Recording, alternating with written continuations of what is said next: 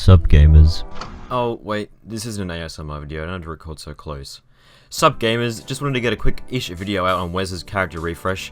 I don't have heaps to say, but I still want to get my thoughts out on it, so apologies if this video is a bit shorter than normal. Overall, this is a pretty neat and fun little refresh. It has plenty of fun things to mess around with, and makes Wes a bit more of the challenge character he's supposed to be, which means that it keeps many of Wes's original appeals while still fleshing him out to a reasonable extent. First off, Wes has received a number of surprisingly drastic changes to his stats and general gameplay. All of his stats are now 75, making him by far the weakest stat-wise of all of the player characters. This means that Wes players really need to be on their toes, have to carefully manage their hunger, and will always be slipping in and out of insanity. From my experience, I actually find lower max sanity to be beneficial, as it costs less time and resources to control your sanity level, although it can certainly be a hassle in the early game before you get access to sanity managing foods, such as cactus. Regardless, I think this is an excellent first change to be made. Wes is supposed to be the challenge character after all, his lower stats should hopefully reinforce that. Next, Wes is more susceptible to freezing and overheating, so you'll need to be a lot more careful in planning your adventures during the winter and summer seasons. Interestingly, this change does not affect thermal stones, as they have their own temperature meter, so as long as you keep that rock nice and hot, you should be able to stay on top of the cold. Once your thermal stone is back to being of a neutral temperature, Wes will then be on his own and will begin to freeze or overheat faster. Wes now also takes longer to chop and mine resources, and still continues to deal less damage in combat. However, the update also introduces an interesting counter perk to these downsides. Wes is now more efficient durability wise when using tools and weapons. Overall, the average damage that Wes can output with a weapon will remain the same as other characters. For example, a dark sword will be able to deal 6,800 total for normal characters and Wes with both of his multipliers included. The only times when this does not apply is for weapons with unique durability conditions, such as the Handbat or Morning Star, in which case Wes will be just less efficient at using them. This actually means that Wes will be more effective at dealing with trash mobs with a weapon such as the Dark Sword.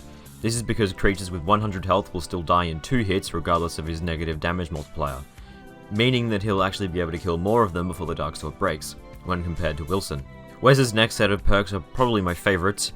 Due to his crippling bad luck, he now has a higher chance to be struck by lightning and targeted by hounds. Furthermore, hounds will sometimes randomly stop attacking their current target, players and NPCs included, and start attacking a nearby Wes. Sadly, Wes does not have a higher chance to get struck by lightning than WX, as hilarious as that would be.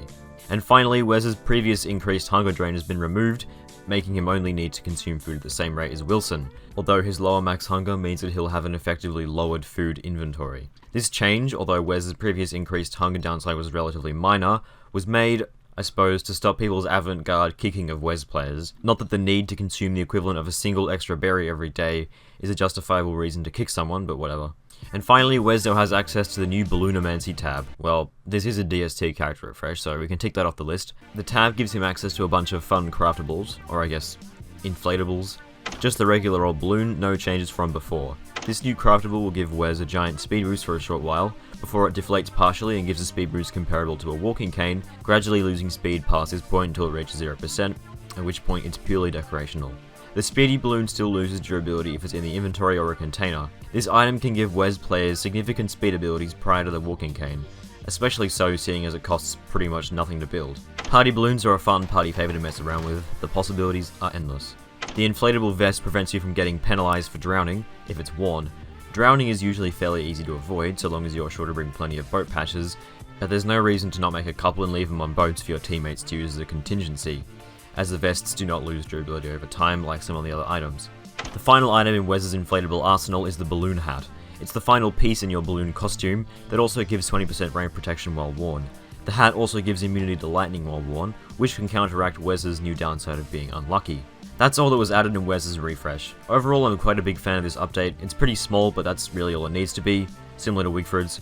It's retained the silliness and triviality that I think was always a lot of Wes's appeal, especially now that they've removed the balloon limit. This update is really all that it needs to be, which is a fantastic thing. And that's basically all I have to say regarding Wes's refresh. Sorry this video was a bit more rushed than usual. I'm mega busy with study and shit at the moment, which is basically live 24/7 for me right now. University is basically a black hole that absorbs all of my spare time. Well, not all of it, but in the time I do have to myself, I'd rather just do nothing. I don't know, man, I'm tired. Thanks for all the kind comments and support though, it really is appreciated. I'm gonna try and occasionally trickle out videos like I've done with this one.